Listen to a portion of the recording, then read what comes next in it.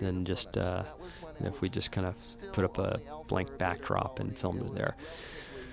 Which brings me to the approach to filming the interview stylistically. Basically, I mean, it was a practical matter. Wherever I could meet up with the interview subject became obviously the location. I mean, I didn't have a lot of flexibility, so it's just where we could schedule and where they were that day. But the result was we kind of lucked out and we got some interesting places. We have Linus's home office there.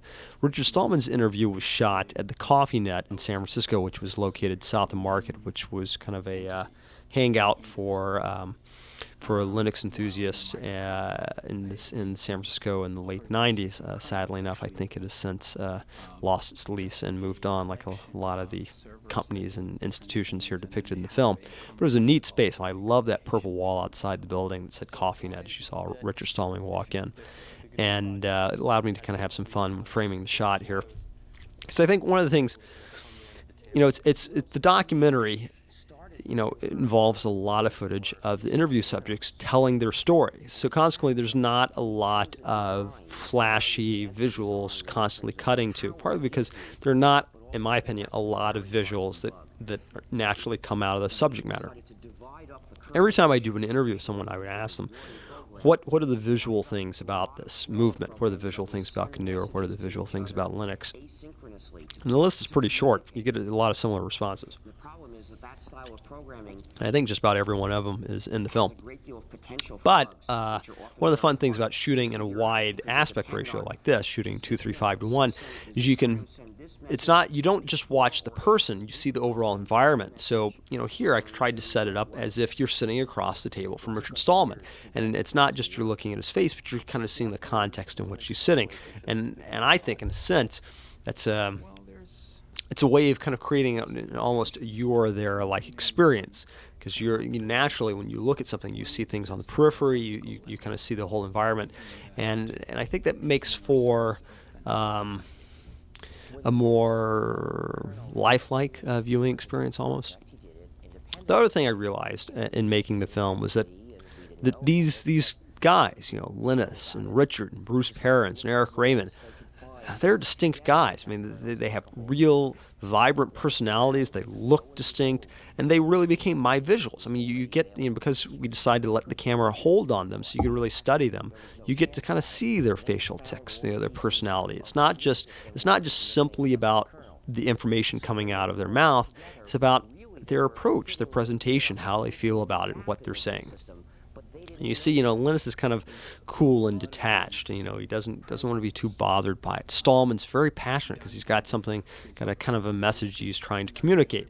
And Eric Raymond has a sense of bravado, which I think if anyone that's met him would say that's fairly accurate. That's but I think the great thing about Eric is he's got that, he's got a, good self-esteem. I don't think Eric has any problem with that. But he's willing to kind of poke fun at himself, and he doesn't take himself too seriously. I initially didn't know that for certain. When I did, it actually took me a couple of different attempts to complete our interviews with Eric. And the last question I asked him, you'll see it toward the end of the film, I thought he was really steamed at me. And so for a long time, I wondered if how he would respond when he finally saw the film. I was kind of nervous about that because I didn't know if he would be too happy with it, so on and so forth. And it was great. When he saw the film, he was a great sport about it. I really enjoyed it, and it made me feel good that he really felt like the film kind of captured what he had to say. Actually, late 92, early 93, for about a year before I decided it was to the point where it actually had everything that I needed to really replace the Sun workstation. Now, you see here we're doing a handheld shot with the camera as Larry's walking around. Now, one of the reasons a couple of people asked me, why is it that Larry Augustin here was filmed in some different environments and different locales as opposed to some of the other guys. And it really becomes simply, again, just a real practical matter, which is Larry was willing to give me an afternoon on a Saturday to kind of walk around and talk about this. I mean, that kind of, at the end of the day, I mean, if you're ever in a documentary, the person that gives you the most access is probably going to end up with a lot of footage in the film. And Larry was willing to, give me some additional time outside of the office, and so I thought, well, let's break up the visuals and have them move around, because part of the story, trying to get a sense geographically where it takes place. It takes place in, at office parks and down in Sunnyvale and Fremont. It takes place up at Stanford. It takes place at Berkeley. And I thought it'd be a great way to kind of bring them out and put them in the environment where some of this stuff actually took place. Though the joke was, almost every place we went had either been torn down or massively remodeled, so it no longer looked like it did back in the early 90s. And then, like I've said, the coffee net's no longer there. And then there's another institution you'll see in here called the Computer Literacy Bookstore, which I think has also since lost its lease. And that's the other thing. It's just fascinating how much things change. Just literally physical locations are here today, gone a year and a half later. And that's what I think is the neat thing about the documentaries. At least captures some of this, captures that moment in time. But back to the Larry walking around. So we decide, let's move around a bit and get, so it's not always static. But one of the challenges of shooting a 35 millimeter film using anamorphic lenses, the camera is really heavy, even if you have the most stripped down camera going. That's what I eventually ended up with. The shots with Larry at Stanford were shot using a Movicam SL. With the lightest anamorphic prime lenses I could come up with, but nonetheless, because we weren't using a Steadicam, we couldn't afford that. So it was literally I was just holding a camera and walking backwards with it. You get that a little bit of bouncing around, but one of the challenges with shooting anamorphic is that the lens on the front of the camera is very heavy, and so it kind of also throws the balance off. But I thought one of the interesting experiments was the film was, could you shoot a documentary and shoot cinema verite scenes in anamorphic?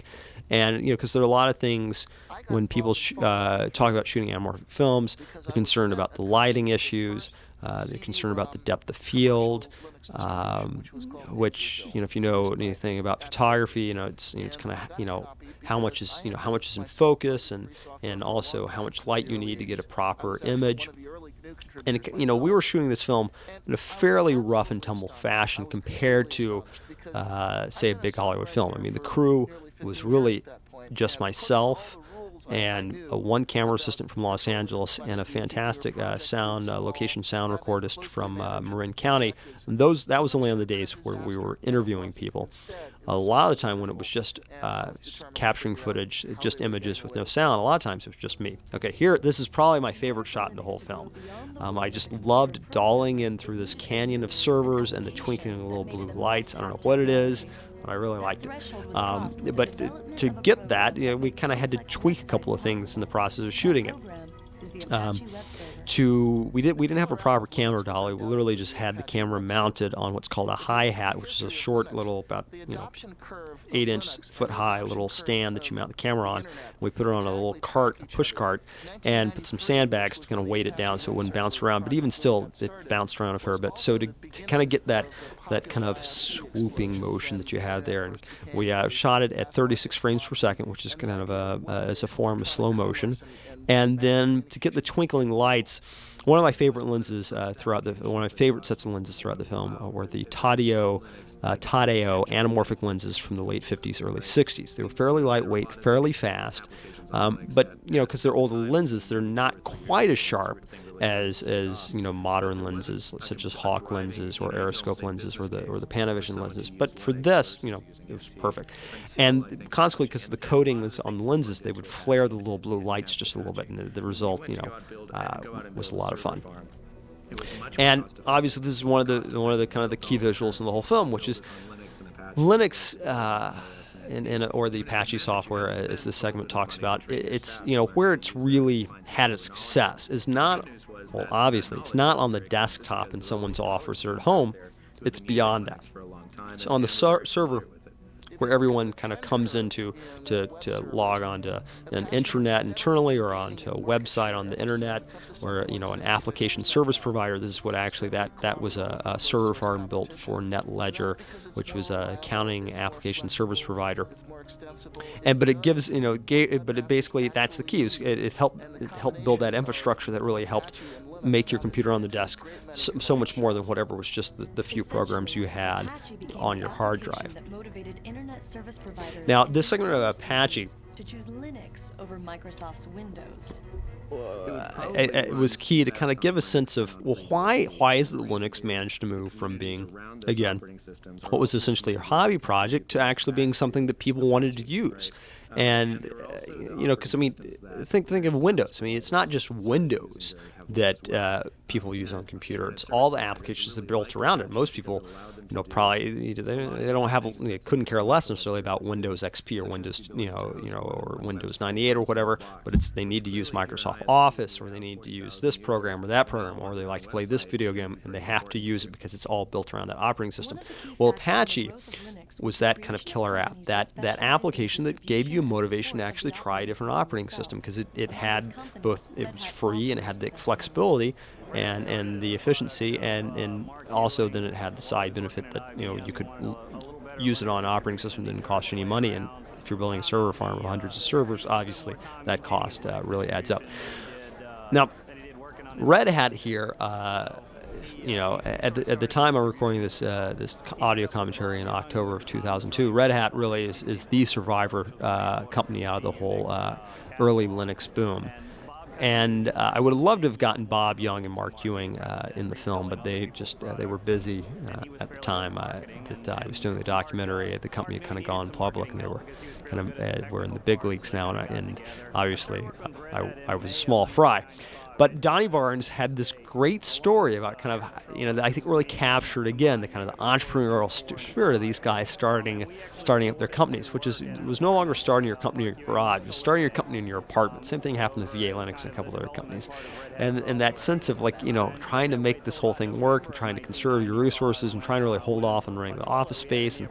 And I love the story about using I can just picture an office using some apartment complex in Raleigh, North Carolina, and the woman upstairs getting hacked off about their overflowing toilet and just discovering that they've got a whole business going up there, but a research lab almost.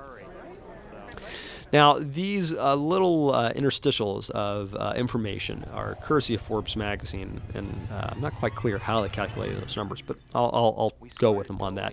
But anyway, that was using the whole metaphor of the highway and accelerating speed. What I was trying to do is kind of create a sense of motion, of lights rushing towards you, of things speeding up. It pays off in the end because it's a whole extended visual metaphor. But also, I just wanted something to break up, the routine of seeing each person talk. Just anything gets monotonous after a while. But also, it ties into one of the kind of few little artistic illusions in the film. Both the font of the title of the film, which is Futura, and the whole rushing lights thing. That was kind of my little inside homage to 2001, which is the year the film was finished. If you know anything about 2001, in the film you've got the whole going into the star field, and then the font's actually very close. We spent a lot of time trying to kind of evoke that, because also it's about this whole thing about entering a new era, and I thought that would be kind of fun to just have that little allusion to that. Now, again, kind of coming back to why the film was focused so much on Silicon Valley, I think this is a perfect example of kind of the influence there. When Linus finally left Helsinki, where did he go? He went to Silicon Valley to work for a startup called Transmeta, and that's that kind of was particularly the late 90s and right the turn 2000. That was kind of where I felt a lot of the center of the gravity of the open source movement was. This is actually both Linus's two daughters there in their living room down there in Santa Clara. I think he's since moved to a little bit larger place. By the way, all those shots on the freeway there, were all taken on the freeways of Los Angeles. It's amazing how empty those are. We had to do that about midnight. And it was shot using an Arri 435 camera, 35 millimeter camera, and to kind of get that rushing sense, it was going at 1 frame per second. Normally film travels at 24 frames, so that to kind of you can kind of figure out the math of kind of how things were compressed there, to kind of get that shrieking sense. Now, the Cathedral and the Bazaar is the one thing that actually, to Eric's credit, he figured out a way to give this whole thing a visual metaphor, and that, my hat's off to him.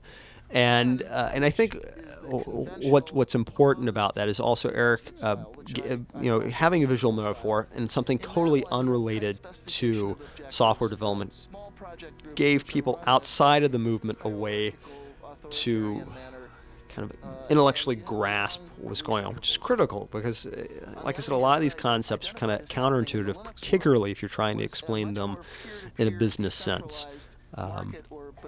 That said, I mean, you can kind of debate and pick apart his whole metaphor because, I mean, a cathedral can last for 1,000 years. A bazaar can be gone, a day later. And a cathedral can be something of great beauty, which requires to a certain extent a singular vision. A bazaar, it's a messy, dirty, kind of loud place, chaotic, and so it depends. I don't think the cathedral and the bazaar model works for all things. For my own particular parochial interest, I really don't think the cathedral and the bazaar model works for creating filmed entertainment, such as films or television. I think you really do need someone with a particular point of view. They're taking the contributions of everyone else, but you got to have someone kind of guiding it the whole way, or it'll really end up just being a mess. Now, this segment here, this is kind of the turning point. This is literally just about the halfway point in the whole documentary about the Netscape release of their source code. I mean, this to me, I think, is the real turning point in the movie. If this were the American Revolution, it's the Battle of Saratoga. This is what that took the revolution and opened up the outside world to what was going on. The Battle of Saratoga resulted in the French actually finally deciding to support the American colonists, and here the Netscape code release resulted in the outside world realizing, wow, these ideas are gaining currency with people that beyond simply the technology of Linux, it's the ideas behind it, which I think in a lot of respects is equally, if not the more powerful element of the whole movement. One of the things that kind of grown up all around this was that Eric Raymond kind of wrote the paper, it got circulated, and Jim Barksdale had this kind of epiphany on the mountain.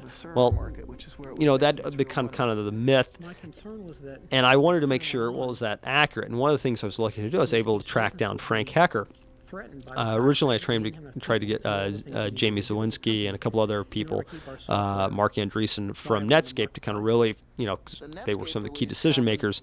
They, at the time, had decided to take a low profile, and Mark Andreessen was starting up LoudCloud. But they were nice enough to put me onto the trail of Frank Hecker, which was great because you find this guy that otherwise would have been completely lost to history, that had a story to tell. Like he'd sat down and kind of observed what was happening. This would have been the mid-90s to about 98, 97, I think, is when he wrote his first paper. And he saw what Microsoft was doing. This goes all the way to what ultimately became the whole antitrust case with Microsoft. And he realized that it was really eroding the basic, the whole basis for the Netscape business model. And so he decided to kind of, as they say, think outside the box and address this whole problem of, well, what exactly does Netscape have to offer, and what's the problem for Netscape going forward? The fact that can it continue to compete with Microsoft developing its server technology if Microsoft is giving everything away for free and eroding Netscape's ability to generate revenue? And as he kind of researched this and thought about this, he came across Eric's paper and included that as an example of kind of an alternative approach, and then ultimately kind of both Frank's paper with Eric's as a reference kind of made its way up through the pipeline. But I thought that was key to kind of further fill in and give you a better sense of what was involved and what was going on there. I would have loved to have actually shown some material from Netscape source code's Netscape product, but that actually, because Frank wrote that as an employee for Netscape, that's not available to the public. However, he does have a subsequent version of that paper, and that's where this text actually is from. That's kind of the publicly available version of the paper that's available on his website at hecker.org. in this environment. And speaking of the Cathedral and the Bazaar, one of the things we did with the DVD, one of the neat things about the DVDs, you can obviously have a lot more on there than just the film, is I got Eric Raymond was very generous and very nice to give me permission to reproduce the first version of the Cathedral and the Bazaar, the first version he circulated. He's since revised that, but I thought historically it'd be really interesting to kind of see what was it that people first read in May of 1997 that kind of got this whole process rolling, and that's included in the document section of the DVD. Now, the interview with Frank, we'll pop back over that in a second. There's Jim Barksdale, courtesy of AP Photo. The interview with Frank Hecker was conducted at CollabNet, which is the company he subsequently worked for, which is coincidentally the company that Brian Bellendorf founded. And the interview was shot in an old Union Hall south of Market in San Francisco. What I like is about kind of the way it was lit, which is Frank. Because Frank's not, he's a systems engineer. He's not a kind of public spokesman type. So he was understandably a little nervous having all the lights there, the camera there, and telling a story. And there's a little bit of that tension in the interview. So to a certain extent, I decided let's light it like an interrogation. Again, kind of trying to have a little fun with this. So if you see in the back, I've got that open door, like someone's about to come through the door, and I got the hot light coming on the other side, and he's kind of sitting there telling a story, confessing. But I thought it was kind of fun. Hey, maybe there is something to this idea of releasing source code and doing development with people outside your company. So Netscape's decision brought a lot of public attention to the idea of free software, what became known as open source, and brought a lot of attention to the Linux operating system, which was one of the most prominent examples of open source software at that time. Now, this location in Mountain View was the headquarters of the VA Linux's first offices. Also, at the time, they were known as VA Research. And again, this comes back to my idea of wanting to give a physical sense of the environments in which the story is taking place. Now, these are mundane environments, but nonetheless, you get a sense of kind of what it was like to be there. Larry is very good about doing this take. We had less than a minute worth of film left in the camera. One take, we were losing light, and he nailed it, just told a story right there on the spot. But this whole issue of open source, the creation of the open source term, really is important, not because it's just of the words. It really represents the attempt of basically the business side of Linux, of these guys doing these Linux-based startup companies to try and mainstream the software and begin to really move out of their niche. At the same time, it represents a philosophical break with the free software movement, and so I think it's important to really trace back kind of where it took place and get a sense of the context in which it was taking place, and also to know who was there to kind of understand kind of who was influencing this decision. The other thing I wanted to do with this segment is really trying to make sure that people involved in that meeting in 1998 are not forgotten history. I think in particular it's important to remember that Christine Peterson was the person that really, from what I've been told by multiple participants, was the first person to really come up with the term open source. Also, I find it amusing that, as Larry says here in a second, there weren't a lot of alternatives. It's not like they had a dozen alternatives and went up mark and tested the term open source. They basically went with what really kind of described the core of what they were about. And that's, as you'll see later in the film, that's kind of Richard Stallman would argue that shifts the focus away from really what the original intention of the movement was. But this shows you the degree to which the movement is evolving and incorporating different goals and objectives beyond what Stallman first envisioned in 1984. This interview with Larry, actually, again, going to this idea of, at the end of the day, practical considerations always went out in terms of just trying to get the documentary made. We've been shooting all afternoon, and we basically just ran out of time, and we finished up the interview in his kitchen in his house in Mountain View. Now, you'll notice that Richard's wearing the same shirt you saw earlier in the film. that is intentional on his part. It's not because we've shot all the footage with Richard in one day in one setting. You'll see Richard again later in the film, and again you'll see the same shirt. It's because Richard has a shirt he likes to wear, or at least at that time he had a specific shirt he liked to wear for media appearances. And Larry Augustin was the same way. He had a blue shirt he liked to wear for media appearances. Finally, as we were coming back, I guess, for our third interview, I said, Larry, you've got to wear a different shirt. People are going to think we shot the whole movie in a day, as opposed to basically over a year period is what actually happened. And if you'll notice later in the film when you see Linus again, he's wearing a shirt that says O'Reilly Open Source. Again, that's very calculated. He actually, when he came home from work that evening when we did the interview with him, he was wearing a different shirt and changed shirts